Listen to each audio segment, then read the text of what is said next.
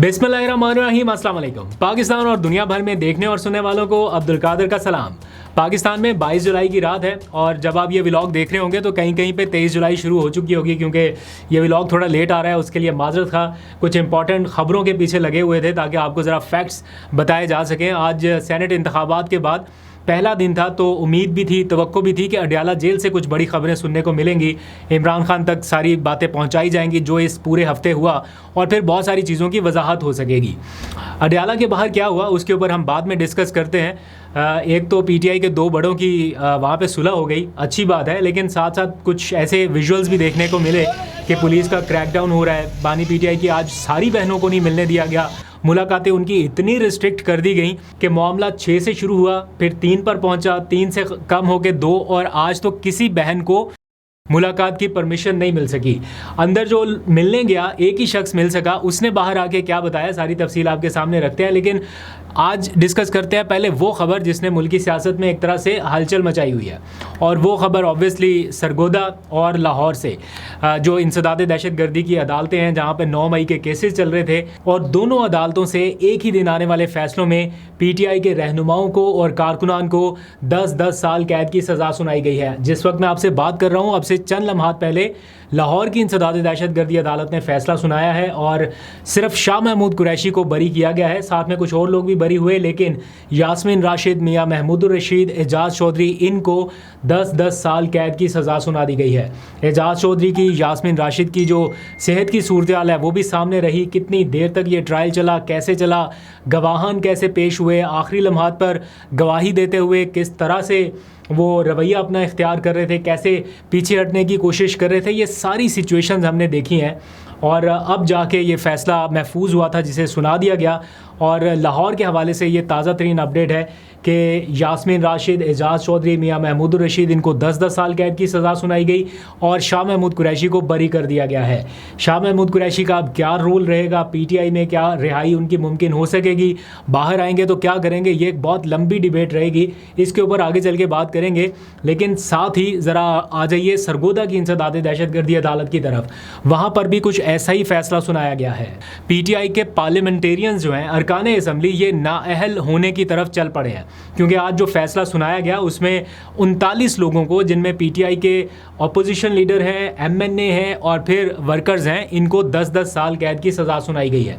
आपने ये सारी डिटेल्स देख ली होंगी, मैं बहुत ज़्यादा तफसील में नहीं जाऊँगा, लेकिन ये वही इंसदाद दहशत गर्दी की अदालत है सरगोदा की, जहाँ पर एक जज हुआ करते थे अब्बास साहब, बारेश आदमी थे, दाढ़ी थी उनकी, और वो इंसदाद दहशत गर्दी अदालत के जज थे। 26वीं तरमीम से पहले वो जितनी रेजिस्टेंस कर सके उन्होंने की, और उन्होंने बताया कि कैसे उनके ऊपर दबाव का सामना है उन्हें और क्या क्या हो रहा है। उन्होंने अपनी जो मुतलका अदालत थी लाहौर हाई कोर्ट, वहाँ पे रजू किया, सारा कुछ उन्होंने किया और बताया कि क्या उनके साथ हो रहा है। बड़े दलेराना किस्म के उन्होंने फ़ैसले दिए, जिसमें कुछ लोगों को उन्होंने बरी कर दिया 9 मई के केसेस में। बट एट दी एंड 26वीं तरमीम हुई और वो अपनी वो जो एक रेजिस्टेंस दिखा रहे थे उसे कंटिन्यू ना रख सके। फिर लाहौर हाई कोर्ट में चीफ़ जस्टिस साहब की भी तब्दीली हो गई, नई चीफ़ जस्टिस साहिबा आ गई और फिर उनका तबादला हो गया, उनकी जगह नए जज साहब आए। ये ट्रायल पूरा चला और आज 39 वर्कर्स को, साथ ही पीटीआई के जो अपोजिशन लीडर है पंजाब असम्बली के, उनको, 2 एमएनएज़ हैं, उन समेत 39 का फिगर है जिनको 10-10 साल कैद बामुशक्कत सुनाई गई है। मुझे ऐसा लगता है कि ये सज़ाएँ बहुत देर तक ठहर नहीं सकेंगी। हायर कोर्ट्स में ना सही तो सुप्रीम कोर्ट तक जाते जाते ये सज़ाएं रिवर्स हो जाएंगी, लेकिन ये प्रोसेस लंबा चलेगा, क्योंकि अगर ट्रायल ये तकरीबन 2.5 साल तक चला है तो इसको रिवर्स कराने के लिए आजकल तो आपको पता है अदालतों में केस लगाना वही एक मसला बना हुआ है। इमरान खान साहब का तो केस ही नहीं लग रहा, आज भी उनकी बहनों ने इसके ऊपर बात किया और वो सुप्रीम कोर्ट तक जा रहे हैं, उसकी भी डिटेल आपको बताता हूँ। तो ये एक मामला रहेगा, बट इसका अल्टीमेटली फौरी नुकसान क्या होगा पीटीआई को, चूँकि ये सारा सिलसिला तो बहुत देर से चल रहा है, इसको सज़ा उसको सज़ा, ये नाहल वो नाहल, लेकिन अभी इमीडिएट नुकसान क्या हो सकता है वो ये कि एक तो अपोजिशन लीडर जो एक बड़ी ज़बरदस्त किस्म की मुज़ाहमत कर रहे थे पीटीआई के लिए पंजाब के फ्रंट पे, उनको डिसक्वालीफाई कराने की जानिब एक मामला चल पड़ा, क्योंकि ज़ाहिर बात है जैसी सज़ा सुनाई जाती है आप एक मुलज़म से मुजरम की कैफियत में चले जाते हैं। बेशक बाद में जाके कोर्ट्स उनको रिवर्स करें, इनिशियल स्टेटस के साथ आपकी डिस्क्वालिफिकेशन हो जाती है। अब इलेक्शन कमीशन जो है वो इनको डिस्क्वालीफाई कर देगा। इसी तरह पीटीआई के एक और एमएनए जो हैं वो भी अहमद चट्टा साहब जो है वो डिस्क्वालिफिकेशन की तरफ चले जाएंगे। बिलाल एजाज मेरा ख्याल उनके ऊपर पहले ही कोई ऐसा मामला चल रहा था, नहीं तो अभी अगर है रिसेंट मैं चेक कर लूँगा, अगर नहीं है तो वो भी इसी लाइन में लग जाएंगे। तो पीटीआई को इस सूरत में तो नुकसान होगा कि उनका जो अपोजिशन लीडर है एक असेंबली का, आप उसी की तरफ चल पड़े। अब आप देखिए ये एक साथ दोनों महाजों के ऊपर हो रहा है। पंजाब के अपोजिशन लीडर को इस तरह से नाअहल कर दिया जाएगा और जो मरकज़ के अपोजिशन लीडर है उमर अयूब, उनके खिलाफ ऑलरेडी एक नाअहली का रेफरेंस इलेक्शन कमीशन में चल रहा है। आप इमेजिन करें कि वो इलेक्शन कमीशन जिसकी मियाद एक तो पूरी हो चुकी है, अब वो 26वीं तरमीम के तहत वक्त गुजारी के लिए चल रहा है, वो इलेक्शन कमीशन जिसकी तैनाती उस अपोजिशन लीडर की मुशावरत से होना है, वज़ीर आज़म और अपोजिशन लीडर की मुशावरत से इलेक्शन कमीशन ने वजूद में आना है, वही इलेक्शन कमीशन अपोजिशन लीडर की अहलियत और नाअहलियत के बारे में फ़ैसला करेगा। तो ये बड़ी हैरान कौन सी बात है। बहरहाल अब तो कुछ हैरानी वाली बात रहती नहीं है, सारा कुछ ऐसे ही चल रहा है। तो ये सारा कुछ इस टाइम हुआ है। पीटीआई का रद्द-ए-अमल आया, वो आपको पता है, उन्होंने इसको कंडेम करना था, कर दिया और कहा कि जनाब ये इंसाफ नहीं है एंड सो ऑन। जो उनका एक तरीक़ाकार है वो उन्होंने एक प्रेस रिलीज़ की शक्ल में छाप दिया, जारी कर दिया मीडिया को। जो अपोजिशन है पीटीआई की यानी हुकूमत, वो कह रहे हैं कि जनाब देखें हक, सच और इंसाफ के ऊपर मबनी फ़ैसला है। हमेशा की तरह उनको वही फ़ैसला अच्छा लगता है जो पीटीआई के अगेंस्ट हो, और जो पीटीआई के फेवर में आजकल तो आने के इम्कानात ही नहीं है आफ्टर 26वीं तरमीम, लेकिन कभी कभार आ जाता था तो वो उसके ऊपर भी इम्प्लीमेंट नहीं होने देते थे। तो बहरहाल ये इस टाइम की सिचुएशन है। अब आ जाइए ज़रा अडयाला जेल की तरफ। इमरान खान साहब को मेरा नहीं ख्याल कि अभी इस रिसेंट सिचुएशन के बारे में पता चला होगा, क्योंकि जिस टाइम ये मुलाकातें हो रही थी उसी टाइम लगभग ये फैसला आ रहा था। एंड बाय द वे फिर ये मामला चलेगा हायर कोर्ट्स की तरफ, हाई कोर्ट में अपील होगी, वहाँ से इंसाफ मिला तो ठीक, ना मिला तो फिर ये सुप्रीम कोर्ट की तरफ जाएगा। आइनी बेंच की तरफ नहीं जाएगा क्योंकि ये मामला क्रिमिनल केसेस का है, आइनी मामला नहीं है, इसलिए आइनी बेंच के अलावा जो याहिया अफरीदी साहब की अदालत है वहाँ तक जा सकता है ये मामला। एंड बाय द वे आगे बढ़ने से पहले हमारे दूसरे चैनल के ऊपर नया व्लॉग अपलोड हो चुका है, अगर आप चाहें, टाइम हो आपके पास, तो इस व्लॉग के बाद जाके उसको भी विज़िट कर लीजिएगा। अब्दुल कादिर व्लॉग्स के ऊपर हमने इस्तांबुल से यूएस का दूसरा व्लॉग अपलोड कर दिया और ये सीरीज़ हम इसी तरह जारी रखेंगे। लिंक उसका आपको डिस्क्रिप्शन में और आई बटन में मिल जाएगा। आगे बढ़ते हैं। अच्छा, अब आ जाइए वापस अडयाला जेल की तरफ। मैंने आपको बताया आज सेनेट इंतखाबात के बाद पहला दिन था और वकला ने और इमरान खान साहब की फ़ैमिली ने मुलाकात करनी थी। पहले ये होता था कि 6 लोग इमरान खान साहब की फ़ैमिली के मुलाकात करते थे, 6 वकला करते थे, यानी 10-12 लोग चले जाते थे। फिर आहिस्ता आहिस्ता स्क्वीज़ हुआ ये मामला, वकला को साइड पे कर दिया गया, एक आध वकील ही जा पाता था और इमरान खान साहब की फ़ैमिली में से भी जो 6 लोग जाते थे उनको कम करके 3 बहनों तक महदूद कर दिया गया।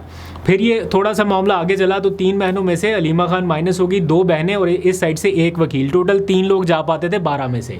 आज जाके क्या हुआ है कि उनकी किसी भी बहन को मुलाकात की इजाज़त नहीं मिली, सिर्फ एक वकील हैं ज़हीर साहब, सिर्फ वो गए हैं मुलाकात करने इमरान खान से और वही मुलाकात करके आए हैं। क्या बातचीत हुई है अंदर किसी दूसरे तीसरे को पता नहीं है। पहले तो ये तो 2-3 लोग होते थे तो कोई इसको बता रहा है कोई उसको बता रहा है तो मैसेजेस कन्वे हो जाते थे। बहरहाल अलीमा खान को फिर उन्होंने गोरखपुर नाके के ऊपर ब्रीफ़ किया है कि क्या अंदर बातचीत हुई है। उन्होंने उसकी डिटेल जो है वो एक उसमें बता दी है प्रेस कॉन्फ्रेंस करते हुए कि ये सिचुएशन है। पहला इमरान खान साहब का पैगाम सेनेट इंतखाबात के बाद वो कह रहे हैं कि सेनेट के इंतखाबात हो गए, अब फोकस 5 अगस्त, अब फोकस तहरीक के ऊपर, इसके ऊपर उनका ज़ोर है और इख्तलाफात एक बार फिर उन्होंने ख़त्म करने का कहा है कि खुदारा इख्तलाफात ख़त्म कर दें। आज सलमान अकरम राजा गए थे, अगर वो जाते अंदर मुलाकात करने तो उन्होंने खुरम ज़िशान के बारे में डिस्कस करना था कि एक वाहिद कैंडिडेट रह गया था जिन्होंने दस्तबरदारी नहीं की सेनेट इलेक्शन से, तो उसके बारे में अब वो कह रहे हैं कि उसका फ़ैसला इमरान खान साहब करेंगे।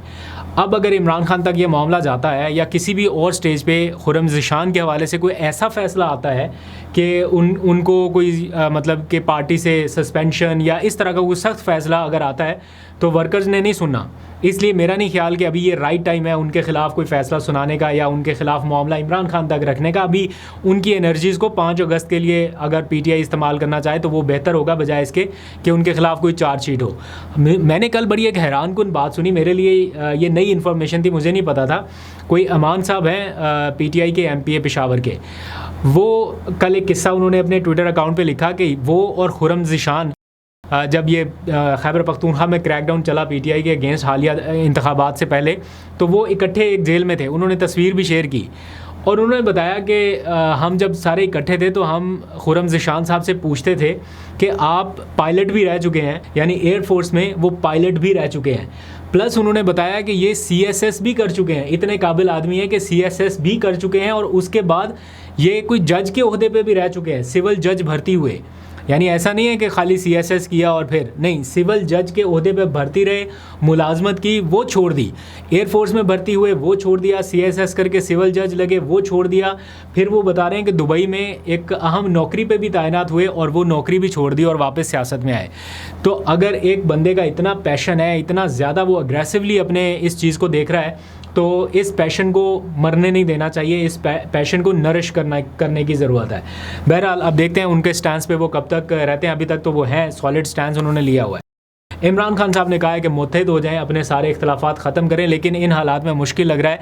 आज भी मैंने देखा PTI के रहनुमा TV के ऊपर बयानात दे रहे हैं, अली अमीन गंडापुर ने ये कर दिया, वो कर दिया, आगे 5 अगस्त में 20 दिन रह गए हैं। आप अभी अली अमीन गंडापुर की पकड़ के वो टांगे खींच रहे हैं कि जनाब मुझे एतमाद में नहीं लिया, ये कर दिया। ये मामला रुकना ही नहीं है, जितना मर्जी इमरान खान बाहर आके भी कह देना कि ना करो अब, लेकिन ये जो इख्तलाफात वाला मामला है ना, ये ट्रेन मुझे लगता है कि बहुत आगे तक जा चुकी है।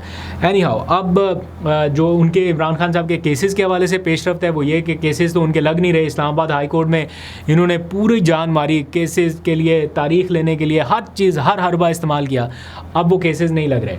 तो अब इन्होंने ये फ़ैसला किया है कि ये उनको जो सहूलियात नहीं मिल रही, जो केसेस नहीं लग रहे, जो सलूक हो रहा है, उसके ऊपर सुप्रीम कोर्ट से रजू करें। तो आईनी बेंच के पास फिर नहीं जाना, या अफरीदी साहब के पास जाना है। उनको इमरान खान साहब पहले भी ख़त लिख चुके हैं, अब एक पिटिशन जो है वो दायर की जाएगी, आज अलीमा खान साहिबा ने बताया है। अब आगे आ जाइए, PTI के 2 बड़ों की आज अडयाला जेल के बाहर मुलाकात हुई। सेक्रेटरी जनरल सलमान अकरम राजा और चीफ़ ऑर्गेनाइज़र पंजाब आलिया हमज़ा, इन दोनों ने गुज़िश्ता रोज़ भी मुलाकात की थी और अपने कुछ तहफ़्फ़ुज़ात को दूर करने की कोशिश की, और फिर अडयाला जेल के बाहर इनकी मुलाकात हुई खुशगवार माहौल में। और दोनों ने कहा कि हमारे लिए इस टाइम इमरान खान और उनकी तहरीक ज़्यादा हम है, बजाय इसके कि ज़ाती रंजिशें या ज़ाती जो हमारी चपकलिश है इसमें पढ़ने के बजाय हम तहरीक की तरफ फोकस करेंगे। सलमान अकरम राजा ने कहा कि ये मेरी बहन है और उन्होंने अपने इख्तलाफात ख़त्म कर दिए, जो कि एक अच्छा जेस्चर है।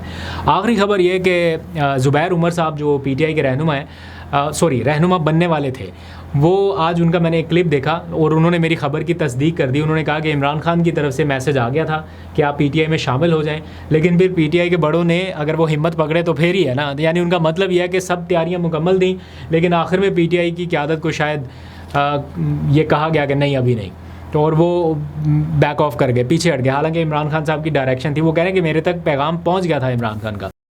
इसको डिग आउट करेंगे कि कहाँ से पैगाम आया और किसने मना कर दिया। बहरहाल ये अभी तक की अपडेट्स हैं, अपना बहुत सा ख्याल रखिए। अभी तक के लिए इतना ही, अल्लाह हाफिज़।